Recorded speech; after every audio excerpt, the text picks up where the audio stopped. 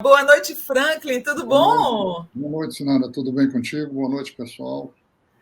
Tudo jóia. A gente estava aqui fazendo os comentários sobre esses milicos de pijama comemorando o golpe, né? A despeito do comando do Exército ter dito que não poderia ser comemorado. Foi comemorado todos os anos do Bolsonaro, né, Franklin? Eu acho que o mais importante disso tudo foi o comandante do Exército ter deixado claro que não é motivo para comemoração e que os militares não devem comemorar o golpe. Pronto. Eu acho que isso é o mais importante, é um avanço, porque as Forças Armadas sempre tiveram dificuldade para lidar com isso, entende? E por isso mesmo ficaram muito tempo no acostamento, infelizmente, porque elas têm funções importantes dentro das instituições. Agora, eu acho importante que o comandante do Exército tenha feito isso.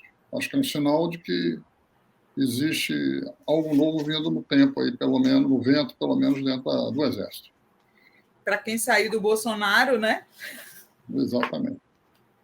Olha só, mas eu trouxe o Franklin, eu vou voltar no finalzinho do programa mais um pouquinho com ele sobre ditadura, mas eu trouxe ele aqui por outra razão. Eu trouxe ele aqui para ele comentar o livro dele, na verdade, o volume 0 de uma série do Franklin que se chama Quem Foi que Inventou o Brasil?, onde ele perpassa a história do Brasil a partir de músicas. É um trabalho hercúleo do Franklin. Eu fiquei impressionada, viu, Franklin? 600 páginas, uau! E assim, as músicas vêm como verbetes, né? A ideia é que fosse uma coisa enciclopédica mesmo, Franklin?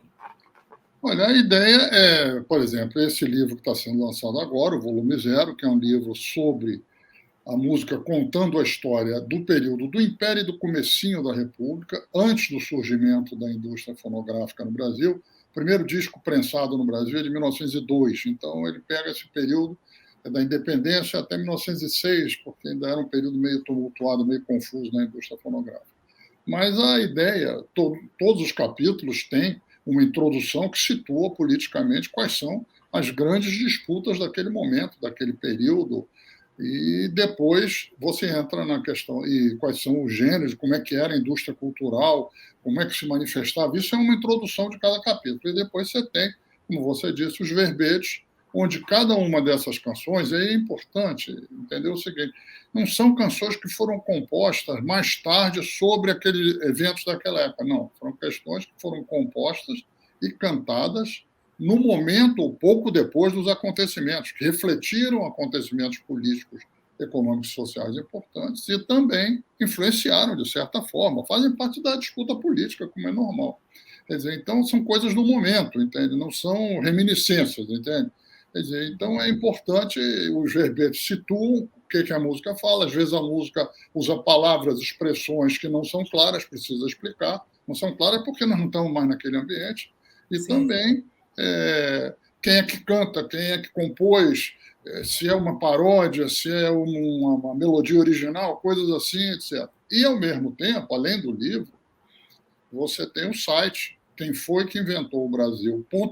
Mostra o site aí dele, Quem Foi que Inventou o Brasil, Gui. Compartilha a tela enquanto ele fala. Que você tem os 3 primeiros volumes, que é esses que estão passando, e esse aqui agora, que é o volume 0. E é volume 0 porque eu publiquei os 3 primeiros volumes em 2015. O primeiro volume ia de 1902 até a ditadura, até 64, é esse amarelo.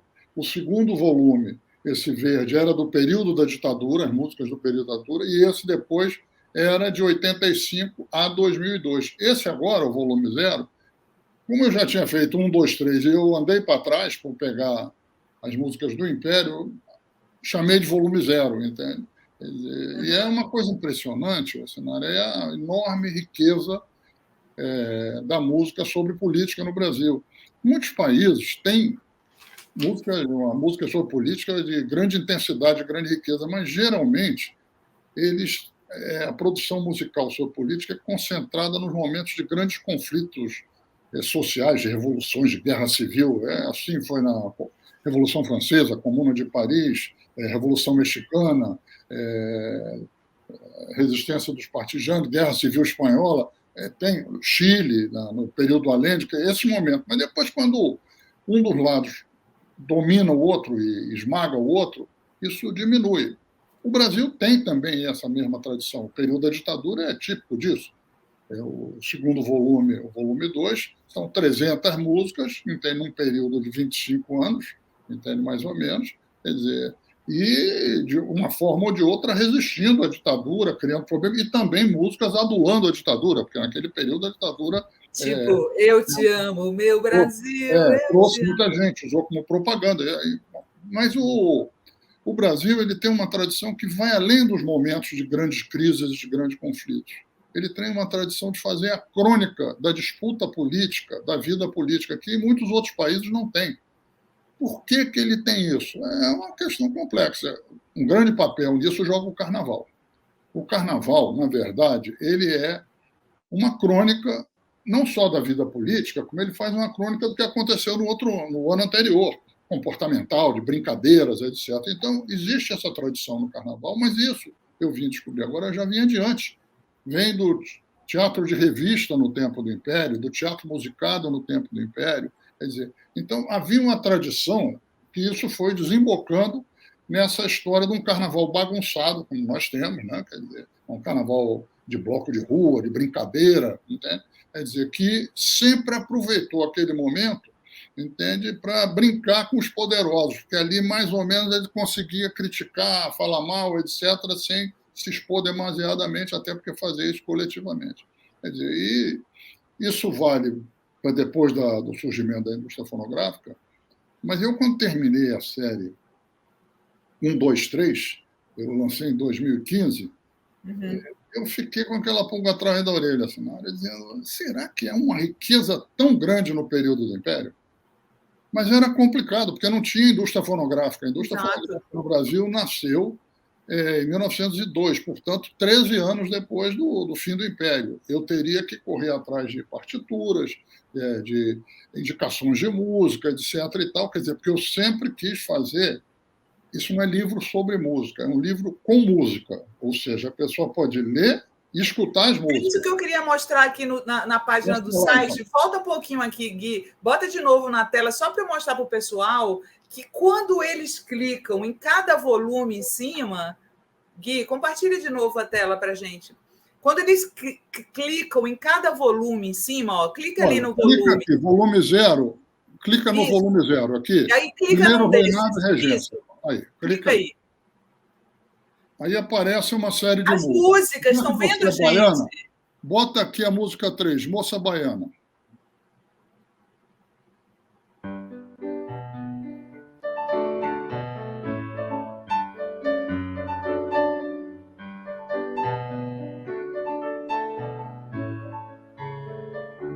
Moça baiana, saia na janela, venha ver maroto que lá vai pra guerra. Moça baiana, saia na janela, venha ver maroto que lá vai pra guerra. Essa música é muito interessante porque ela foi recolhida pelo Mário de Andrade numa pesquisa através da transmissão oral, mas ele não se deu conta do que ele tinha colhido, inclusive escreve num texto, eu não sei muito bem por que eu recolhi essa música e tal. Acho que é porque ela é ternária, é aquela coisa. Pode fechar, Gui. Mas ali, repara só, Moça Baiana, Venha para a Janela, Venha Ver Maroto que já vai para a guerra, é uma música cantada pelo povo da Bahia durante a luta pela independência, aliás, que vai fazer agora 200 anos na Bahia. Maroto era como os brasileiros, principalmente na Bahia, eles chamavam os portugueses ou de maroto ou de caramuru. Entende? Então, maroto, ele está brincando. Tem uma música que vem logo em seguida, que diz, bota a música em seguida, que é interessante que a gente... Bota lá aqui.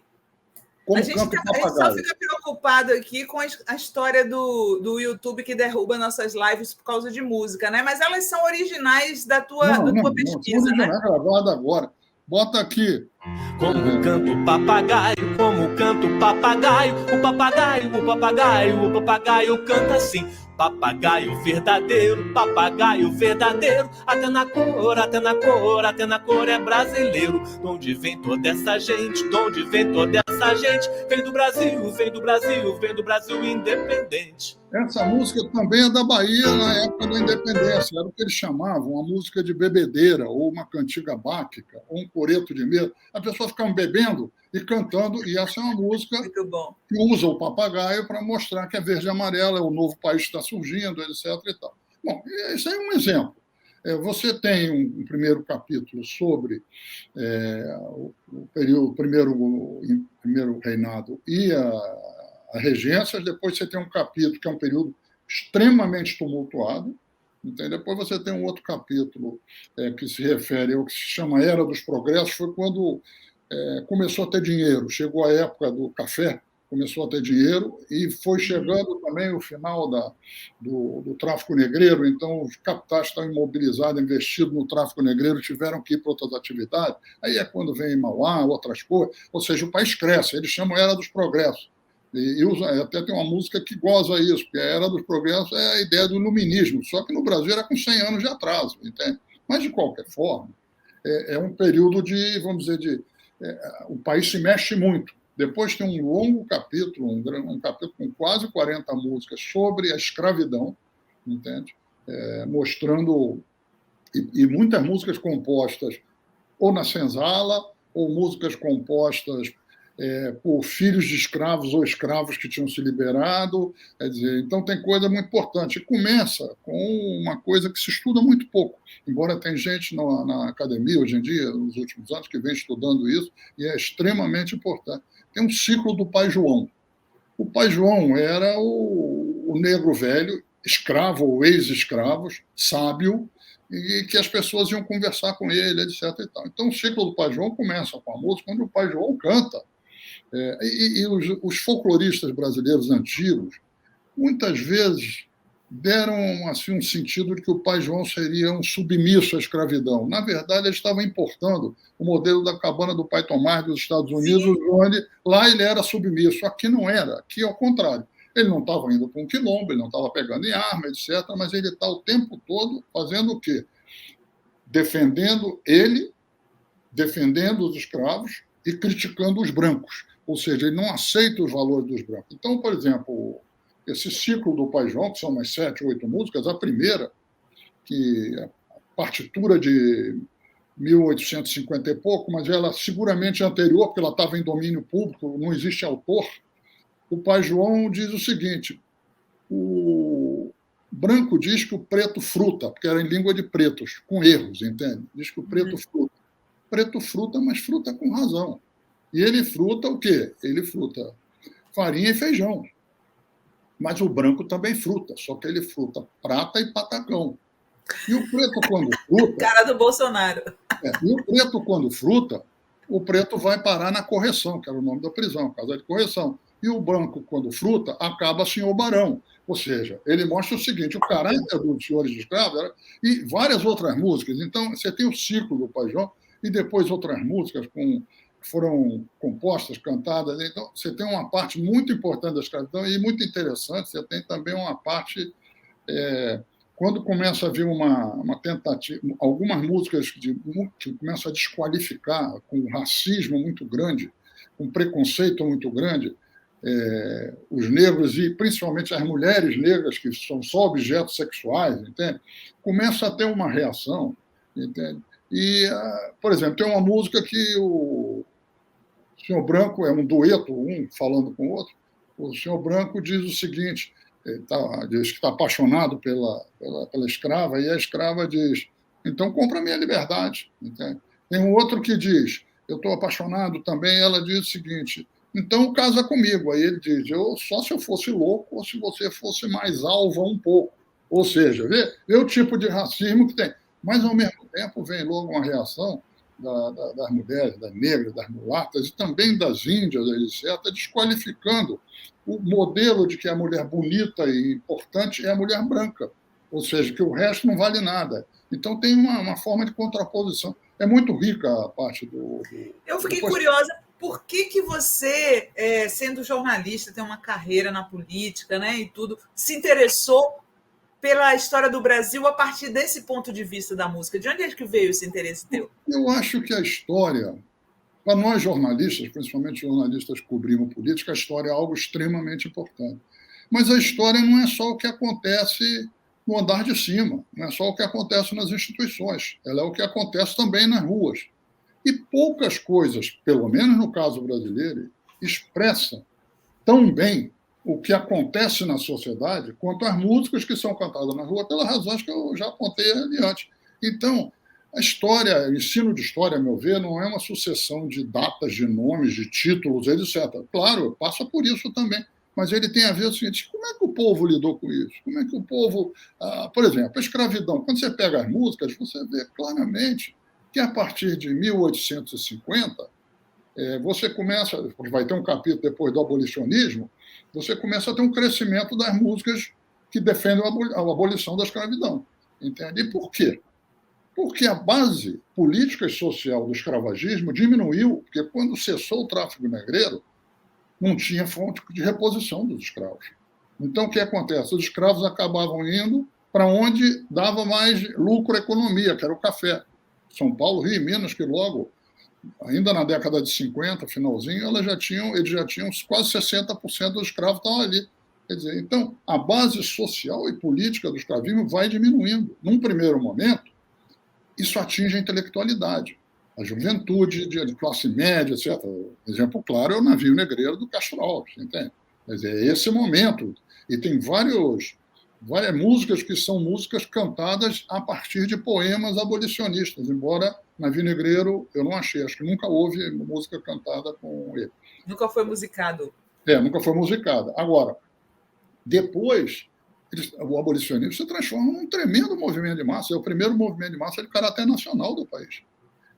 E isso a partir, basicamente, de 1870, depois do final da Guerra do Paraguai. Tem um capítulo imenso também sobre a Guerra do Paraguai, quer dizer, que é muito interessante também. E por que, a partir do abolicionismo, isso tudo vem? E, no final, o abolicionismo ele teve uma fase, então, de conquista da opinião pública, digamos, uma segunda de movimento de massas e uma terceira que é de desobediência civil. Ou seja, começam a surgir organizações que organizavam fugas de escravos, como o Clube do Cupim, em Pernambuco, Cupim, porque roía em silêncio, entende, a escravidão, como o Cupim rói em silêncio os móveis da casa de quem não souber lidar com eles, entende? Quer dizer, ou os Caifases em São Paulo, etc. Você tem uma coisa de enorme proporção. Guerra do Paraguai é um capítulo importantíssimo, entende? Quer dizer, no início é um fervor patriótico monumental, você que é baiana, a quantidade de voluntários da pátria, de batalhões de voluntários da pátria que se formaram na Bahia, tinha inclusive um batalhão que era só de soldados negros, entende? Quer dizer, e ele vai para a guerra, os próprios oficiais diziam, é o batalhão mais bonito dos voluntários da pátria, entende? Quer dizer, que tinha e vários deles, e as partituras, a Bahia nessa época tem uma produção de partituras muito grande, e a gráfica que imprimia as partituras tinha um desenhista espetacular que faz capas monumentais, entende? Quer dizer, e que chegaram aos nossos dias graças a um trabalho muito importante da Universidade Federal da Bahia. Então, você tem isso. Depois do fim da Guerra do Paraguai, o Império começa um processo lento, gradual, meio acelerado de desmonte, entende? Então, você tem um processo político muito mais rico a partir daí. Você tem o abolicionismo, você tem uma coisa importante, que é um capítulo que não estava previsto no livro, mas eu acabei colocando, que é a transição acelerada nas cidades do trabalho escravo no setor de serviços, principalmente, para o trabalho independente, o trabalho autônomo, entende? Inclusive muito forte entre as mulheres, que passaram a dominar as ruas com seus tabuleiros. Quer dizer, como diz uma delas, que diz assim, meu tabuleiro tem feitiço, tem guiço, então os homens todos vêm aqui. Sempre tem uma brincadeira que mexe um pouco assim com a sexualidade, mas é de um lado de afirmação. Entende? Quer dizer, é um processo muito rico também. Por exemplo, a Bahia tem uma das primeiras músicas desse capítulo, é um vendedor de água na Bahia, também é uma capa maravilhosa, a partitura e tal. Quer dizer, então, Isso vai, e tem Tudo também... foi conservado e você recriou com a ajuda desse João Nabuco, né? O João Nabuco é que ele fez uma interpretação, porque tem que entender o seguinte, era uma grande bagunça, não era muito organizado. Então, tem partituras que são muito bem feitas, mas tem partituras que são apenas indicações. Entende? Essas duas músicas que vocês ouviram são indicações, é uma coisa de uma linha, duas linhas, não tem muito mais. Entende? Quer dizer, então, ele faz uma interpretação. Pode ser que outras pessoas façam outras interpretações, mas o que eu consegui foi reunir cerca de 300 canções desse período sobre coisa que dessas canções, mas 60 eu não consegui nem partitura nem indicação de música, mas eu acredito que seja possível conseguir depois, entende? E você tem ali, das outras 240, 135 tiveram que ser gravadas agora. E 100 e poucas já tinham sido gravadas antes. Como? Por partituras que chegaram até os nossos dias, e algumas pessoas já tinham gravado, por folcloristas ou musicólogos que colheram depoimentos, entende? Principalmente na área da escravidão, depoimentos de escravos, filhos de escravos, netos de escravos, entende? Quer dizer, que trouxeram isso até os nossos dias. Cancioneiro vem dos ouvidos, né? E também pelo início da indústria fonográfica, porque eles gravaram umas 20 músicas, quase todas sobre a escravidão, que é muito interessante, que eram os palhaços cantores que vinham de uma época que não tinha indústria fonográfica, eles se tornaram os principais cantores da indústria fonográfica. Então, eles trouxeram muita coisa que eles cantavam nos circos, nas companhias equestres, ou circo de cavalinho. E muitas dessas músicas têm a ver, entende, com a escravidão e a resistência à escravidão. Quer dizer, então Eu achei interessante uma personagem, você falou aí das mulheres, uma personagem que me chamou a atenção, que tem a voz dela gravada, que é a Stefana de Macedo, né? Peguei até fotos dela. Olha só, a Stefana de Macedo, uma mulher que, imagina, naquela época, pesquisadora musical, tocava violão, né? Tem uma foto dela tocando violão. E aí tem no material... Deixa eu só esclarecer aqui para Solange Souza Carli, que está falando assim, que material maravilhoso. Tem versão impressa também? Na verdade, Solange, a versão impressa é o livro que o Franklin está lançando e o site é para você ver o livro ouvindo o site, ouvindo as músicas do site. Então, você lê o livro e o site acompanha. Eu queria que você falasse um pouquinho dessa personagem aí que eu não conhecia, a Stefana de Macedo, uma pioneira da pesquisa musical, né, Franklin? A Stefana foi uma mulher extraordinária. Ela nasceu em 1900 e pouco, ela foi para o Rio, assim, quando era garota ainda, mas assim, com uns 10, 12 anos, e ela depois gravou uma série de músicas que ela ouvia em Pernambuco, de onde ela era. Por exemplo, ela tem o Batuque do Quilombo dos Palmares, que é uma música que era proibido cantar no período antigo. E ela diz, não fui eu que fiz, não. Eu apenas recolhi isso do que eu ouvia quando eu era pequeno que cantavam. Por que era proibida? Tinha alguma coisa picante? Ele na época, vinha do Império e ele elogia o quilombo, entende? Quer dizer, ele elogia a resistência, esse é o problema, entende? Quer dizer, política, né? E ela tem uma música que ela bota, que é o seguinte, que é do ciclo do Pai João, só que chama Pai José, e ela diz, os escravos, eles vão fazer uma festa, uma cantoria, na senzala. E eles dizem, branco não vem cá, se vier, pau há de levar. Eles cantam isso, entende? Quer dizer, isso depois aparece de outras formas e chega até escolas de samba depois, mais tarde, já no século XX, na segunda metade do século XX. Então, e a Stefana de Macedo foi fundamental. Ela foi a primeira mulher que gravou mirando no folclore.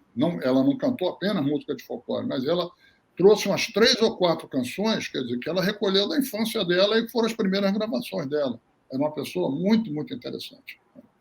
Eu achei interessante também que você fala de algumas canções que retratavam momentos, assim, que eram tipo notícias, né? Uma que se chama Piolhos, Ratos e Leões, sobre a quebra do Banco do Brasil em 1832, e o Quebra-Quilos, uma revolta que teve no sertão quando muda o sistema de medidas, né?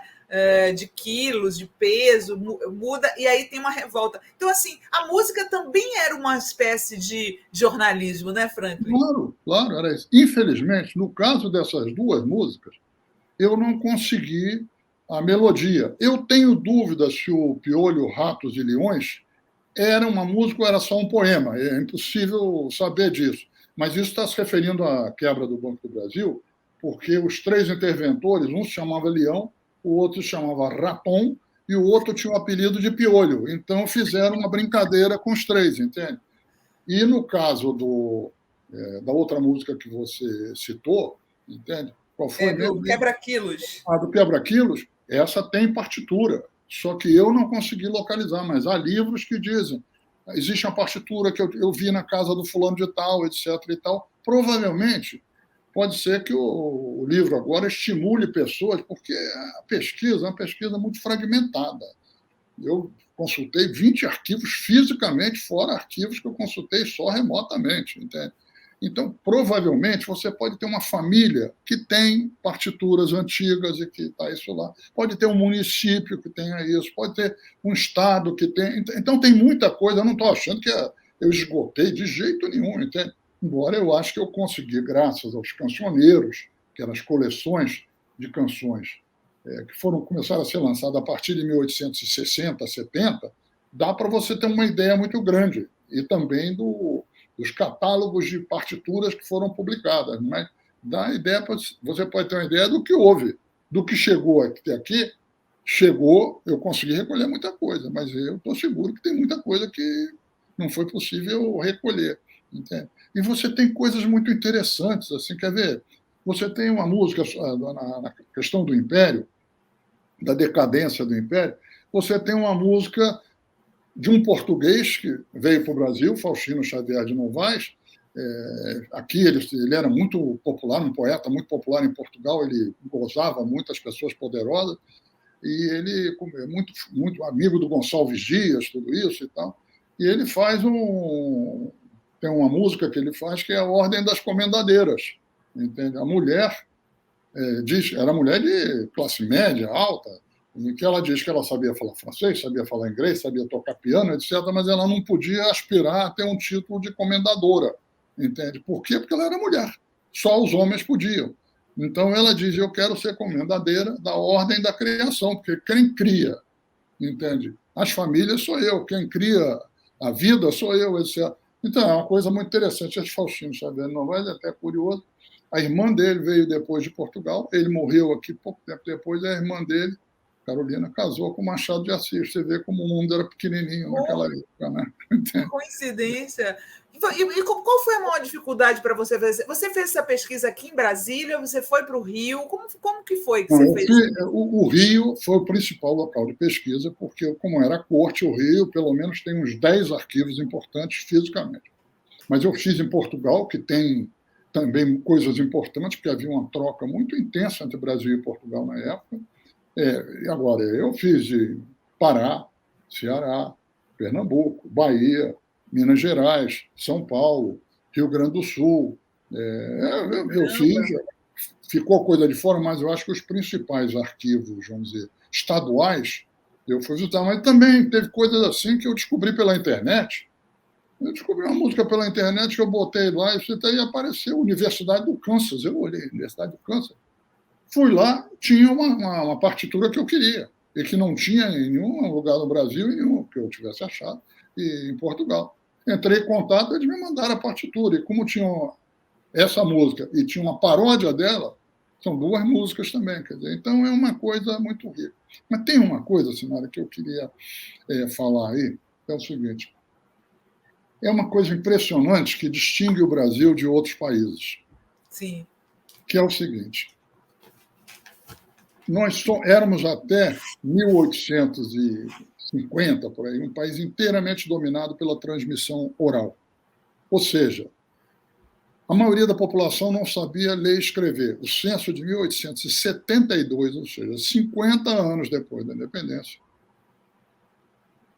registrou que só 19% dos brasileiros sabiam ler. 81% não sabiam. Entre os escravos, só 1 em cada 1000 sabia ler. Isso significa o quê? E imagina isso na época da independência, que era mais ainda forte o analfabetismo. Como é que a disputa política se dava? Artigos de jornal, vamos com calma. Porque até 1808 era proibida a impressão de jornais no Brasil, não podia ter jornal no Brasil. Até 1808 não tinha faculdade, até 1808 não tinha gráfica, só chegam aqui quando Dom João VI vem para cá, fugindo das tropas napoleônicas que invadiram Portugal. Eu costumo brincar, nós devíamos ter uma estátua de Napoleão em toda a cidade do Brasil, que foi o que conseguiu acabar com o absurdo que era não poder sequer imprimir uma coisa no Brasil. Quando veio, não foi só a família real e a corte, 5 mil pessoas, entende? Isso, em pouco tempo, começou a mexer, teve gráfica, etc. E quando vem a independência, 1821, já aparecem jornais, inclusive independentes, que começam a criticar. É uma coisa tumultuada, eram panfletos, na verdade, e tal, mas parte da disputa política. Mas, mesmo assim, quem é que lia jornal?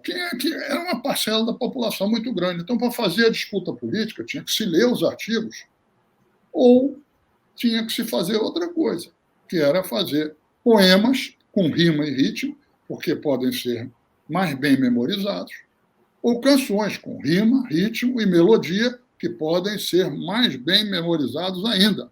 Não é à toa que tanto Dom Pedro I quanto Zé Bonifácio de Andrade, os dois principais nomes da política no Brasil nos anos 20 e pouco, que eram amicíssimos e se tornaram adversários políticos, os dois recorrem à música. Dom Pedro compõe o hino da independência para afirmar o poder dele, e Zé Bonifácio, exilado na França, escreve as canções báquicas. Não é nada de Bach, o compositor, não. É Baco, o deus do vinho. Era também uma canção de bebedeira, igualzinha àquela que nós vimos ali, entende? Ouvimos há pouco. Mesmo tipo de música, ou seja, para cantar em torno da mesa. E ele escreve no exílio, e ele manda os versos, e ele usa uma paródia de um hino espanhol, o hino del Rego, que era um hino dos liberais espanhóis. Ele manda a partitura. E ele diz, para os amigos do Equador, ou seja, os correligionários dele, entenderem bem o que eu estou querendo dizer. Entende? Ou seja, levar mais longe a disputa. Então, isso era parte muito grande. Então, repara só. Primeiro, impressão de partitura no Brasil só ocorreu em 1834, ou seja, 12 anos depois da independência. A primeira peça de um autor nacional encenada num palco no Brasil só ocorreu em 1838. O primeiro livro de um autor nacional impresso no Brasil só ocorreu em 1844. Então, vê só como era uma coisa tudo congestionado. Mas com a chegada do café, o dinheiro do café, o fim do tráfico negreiro, o crescimento da urbanização, isso ganhou um impulso que a cultura popular que existia nos pequenos teatrinhos, nos circos de cavalinho ou companhias equestres, quer dizer, nas ruas que as pessoas cantavam, etc. Quer dizer, ela acabou dando uma liga entre ela e o teatro musicado ligeiro, que veio da Europa, principalmente da França, em quase 1860, 60 e pouco, por ali. Entende? Uhum. No princípio, o que você tinha era uma paródia do que vinha de fora. Por exemplo, Orfeu dos Infernos, Orfeu no Inferno, foi um sucesso monumental na França, veio aqui, fez um sucesso monumental no Alcazar Lyrique, um cabaré que se fundou no Rio de Janeiro no final de 1850. Ele é parodiado Orfeu na Roça. Ou seja, era um enredo parecido, entende? Com personagens que, evidentemente, eram brasileiros.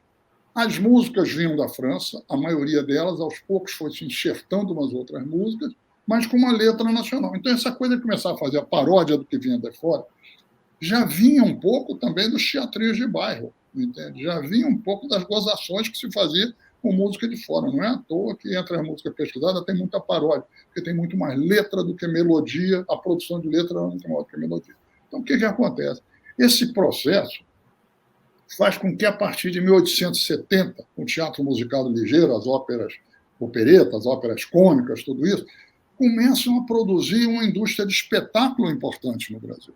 que era a mesma coisa que organizou a indústria cultural de massas na Europa. E isso depois vai desembocar na revista de acontecimento. Mas repara só, na Europa, a transição entre a transmissão oral e a indústria cultural de peso, ela levou 200 anos. E o Peter Burke, que é um grande historiador de cultura, ele dizia o seguinte: a impressão gráfica matou a transmissão oral, e que depois teve que ser recuperada. Na América Latina, Peru, Bolívia, México, que tinha universidades impressoras, tudo isso, entende? Ela demorou quase 100 anos, essa transição. No Brasil, demorou 40 anos. Isso significa o quê? Que a transmissão oral chegou fortíssima na indústria cultural. Isso significa que a cultura de origem popular chegou muito mais forte no erudito do que o erudito no popular. Na questão da música, basta ver Villa-Lobos depois, entende? Ou pegar da época, pegar o maestro Mesquita, que era negro, principal maestro brasileiro na época, entende? Era negro, com coisas maravilhosas. Entende? Aliás, é o seguinte: primeira grande editora no Brasil era de um filho de escravo negro. Entende? O primeiro livro escrito no Brasil era de um filho de escravo, um carpinteiro que veio para o Rio, virou tipógrafo. E o primeiro maestro importante era negro. Por quê? Quem fazia cultura, pelo menos fora dos salões, não eram os brancos. O Araújo Porto Alegre foi um grande intelectual da época, 1940, 50, 60, foi um grande intelectual. Ele tem várias músicas dele que estão aí. Ele tem um Lundu dos Lavernos, onde os Lavernos eram os poderosos. Ele diz o seguinte: nosso mundo está dividido em duas cuias. Numa vivem os Lavernos, na outra vivem os tapuias. Numa, os Lavernos vivem nos salões, os tapuias vivem na rua, nos corredores, por aí. Quer dizer, não tinha muito diálogo, mas esse diálogo foi sendo criado nesse processo que eu estou dizendo. Então, essa transição da transmissão oral para a indústria cultural, ela vai com peso e coincide com o momento de enriquecimento do país. Primeiro o café, depois, mais na frente, teve a borracha também, já no finalzinho. Sim. Você tem uma outra coisa importantíssima, que é a urbanização. O Rio de Janeiro passou de 250 mil habitantes em 72 para 750 em 1900, ou seja, triplicou quase. Entende? Mas isso aconteceu no Pará, em Pernambuco, em Salvador, tudo uma urbanização muito grande. Então, você tem um processo de uma riqueza. E o que acontece? Quando vem a indústria fonográfica, em 1902, em pouco tempo o Brasil passa a ser o terceiro país que mais prensa discos no mundo. Porque eu sempre falo, a gente é potência mundial em música, né? Música. Entende? Claro que também na literatura a gente se esquece. Machado de Assis e depois Aloysio de Azevedo são os escritores que fazem os primeiros romances urbanos das Américas, não é da América Latina. Olha não. só. Estados Unidos não tem romance urbano antes de Memórias Póstumas de Brás Cubas, nada disso. Não tem. Entende? Tudo, a grande literatura americana, e tem coisas espetaculares, em geral, está se referindo a ambientes, situações, etc., principalmente rurais. O Brasil faz... Por quê? Por causa dessa urbanização, por causa dessa coisa, sei lá, teria alguém que... Eu não sou especialista nisso, mas eu acho interessantíssimo ver. Olha só, deixa eu só ler aqui uns comentários para você. Cristina Félix, caramba, quantas informações importantes para conhecermos a nossa história. Hermano Saldanha, História e Reflexão. Álvaro Puy, Franklin, para quem escuta música que usa um quarto de tons, a música ocidental é pífia. Somando a isso, as poesias sufis deixa a música ocidental uma M. Acho que ele não gosta da música ocidental. Paulo Marques, boa noite. Que honra ter a presença do Franklin conosco no programão. Um intelectual crítico e engajado ao mesmo tempo. A Maria José Rosa Teixeira manda um superchat e fala: parabéns por esse trabalho, Franklin. Você me faz lembrar da Inesita Barroso, que fez uma grande pesquisa e registro do cancioneiro sertanejo, mas que não foi valorizada devidamente. Olha só, Franklin, vindo um pouco mais para frente, na sua pesquisa sobre a música e a história, né, eu não poderia deixar de comentar o período da ditadura. quando hoje a gente fala... Ontem eu assisti um filme que eu ainda estou sob o impacto dele, que é O Pastor e o Guerrilheiro, o filme do Belmonte, sobre... Não sei se você ouviu falar, não.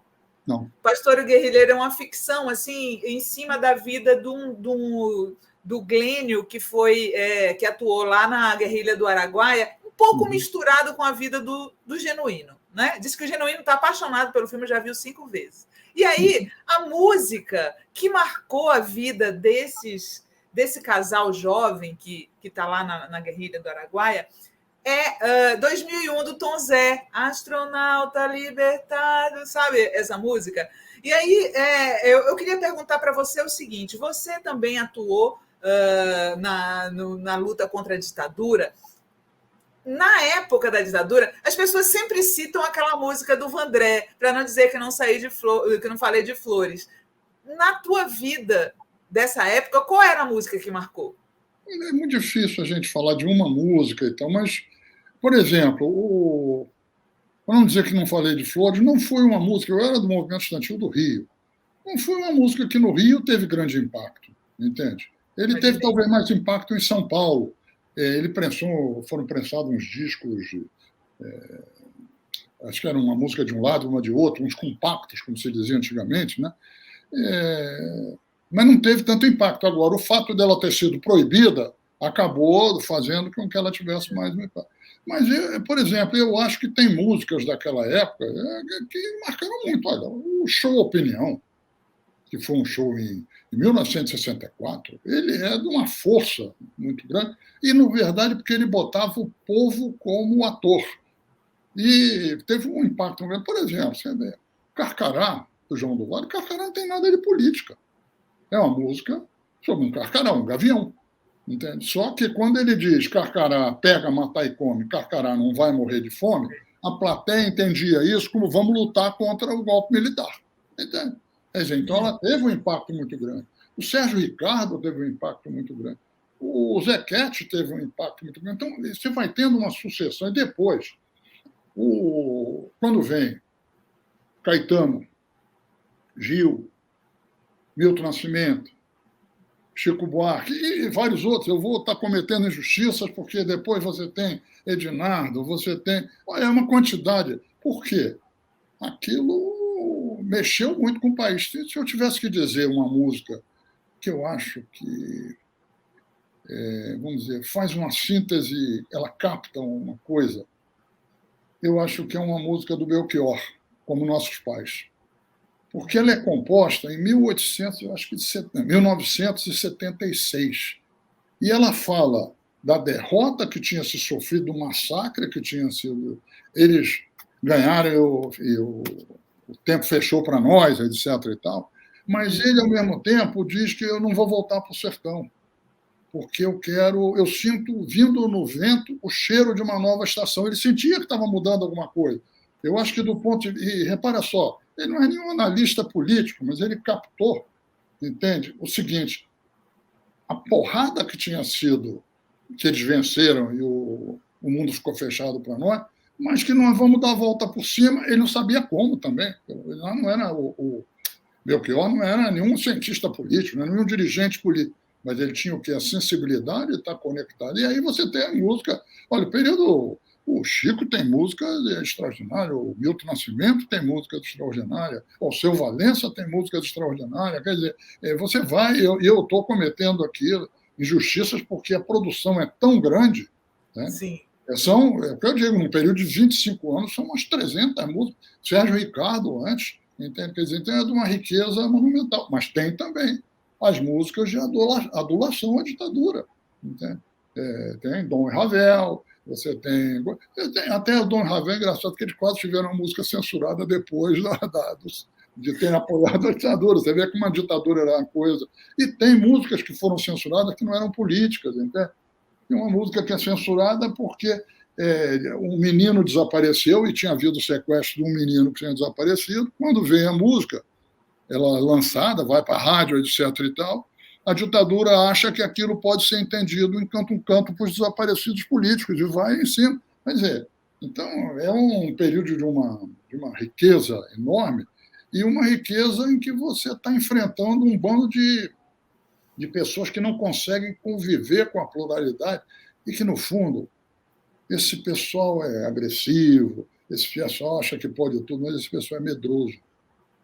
Esse pessoal tem medo. Eles sabem que eles não têm força para segurar o país. Quando eles começam a perceber isso, aí eles desembestam de fazer besteira, desde torturar e matar, e achando que com isso viravam o jogo, e não viraram, entende?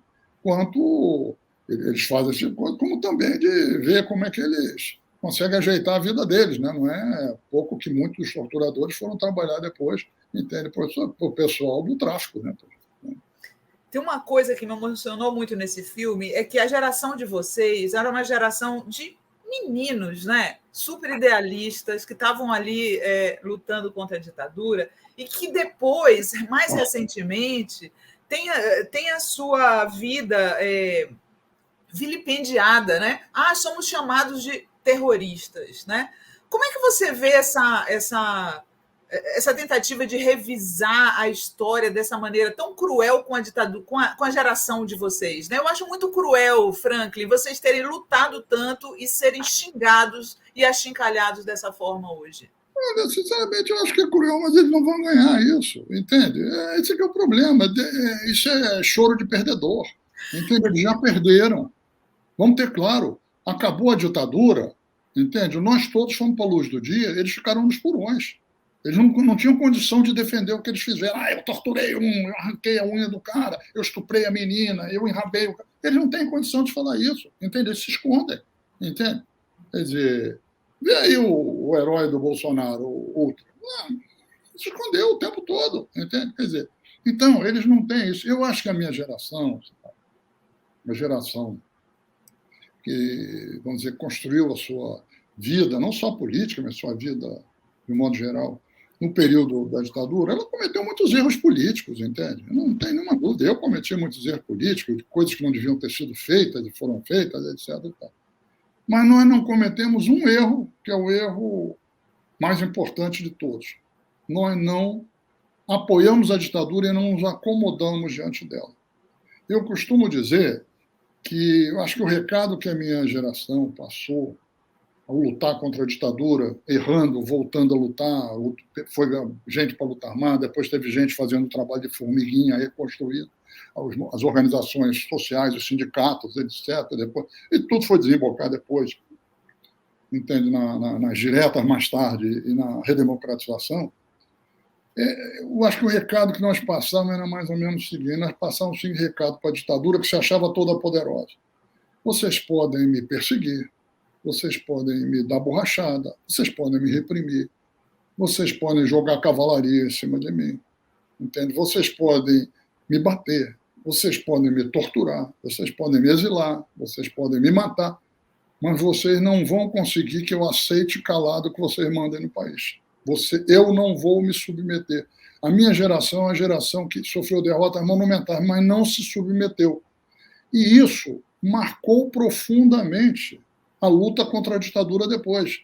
Quando o Belchior diz que sentia vir no vento o cheiro da nova estação, era essa coisa que estava tudo reprimido que estava vindo à tona, que foi desembocar na campanha da anistia, que foi desembocar nas diretas, que foi desembocar na coisa. Nós não nos submetemos, e eles, como é que eles saíram do Palácio da Alvorada? Como o Figueiredo saiu pela Porta dos Fundos. Foi assim. Muito bom. Ô, Franklin, você não pode deixar de terminar aqui, já estamos no final da nossa entrevista. Passa rápido o tempo aqui, você viu, né? Você não pode deixar o pessoal está todo aqui pedindo para você comentar comunicação do governo Lula. Quer comentar? Não quero comentar. Torço para dar certo. Imaginei. Bom, eu continuo sendo uma pessoa muito educada. Hã? Eu continuo sendo uma pessoa muito educada. Tá bom. Olha só, gente, estamos chegando aqui no final. Vocês sabem que todo mundo que vem aqui no programa traz 2 dicas culturais para vocês, e o Franklin trouxe 2 dicas culturais. A primeira delas são 2 clássicos, viu? 2 clássicos. A primeira delas é o livro Grande Sertão Veredas, de Guimarães Rosa, e eu quero que o Franklin diga por que quer indicar esse livro para vocês. É o seguinte, eu comecei a ler muito cedo, lia muito. Mas Grande Sertão Veredas, e antes dele, Sagarana, porque eu comecei por Sagarana, que é um pouco mais simples que Grande Sertão Veredas. Engraçado é o seguinte, é como se eu tivesse encontrado um Brasil que eu sabia que existia e eu não conhecia ainda, mas já conhecia. É uma coisa, ou seja, é um Brasil que não fala como, vamos dizer, os ministros do Supremo, ou nada disso, empolado feito ele fala, mas ao mesmo tempo é extremamente erudito, entende? Mas é o seguinte, é a cultura do povo mais forte do que tudo, entende? E isso vem à tona e isso impregna todo o nosso ambiente cultural hoje em dia. Eu acho que no Sertão Veredas... Agora, existem muitos outros livros. Vai me dizer, eu, Capitão Jaré, eu tinha 13, 14 anos, li, eu me identifiquei com Pedro Bala, claro. Então, Grande Sertão Veredas é um livro extraordinário. E a outra dica do Franklin é o filme Os Sete Samurais, do Akira Kurosawa, outro clássico. Explica aí para a gente, porque você indicou para a galera aqui. É o seguinte, era uma época que o cinema japonês, se via muito no Brasil. Kurosawa se via muito, também eu assisti Guerra e Humanidade, Harakiri, de outros autores, mas se via muito. Eu fazia judô, então eu tinha vamos dizer, uma percepção da necessidade da honra, a cultura toda do que chama em japonês o Bushido, que é o código de honra dos samurais. O importante não é você ter nada para você, é você fazer a coisa para os outros e estar sempre a serviço de alguma coisa que é maior do que você, que era a ideologia do samurai. Não quer dizer que todos os samurais fossem assim, mas era o que seria o modelo.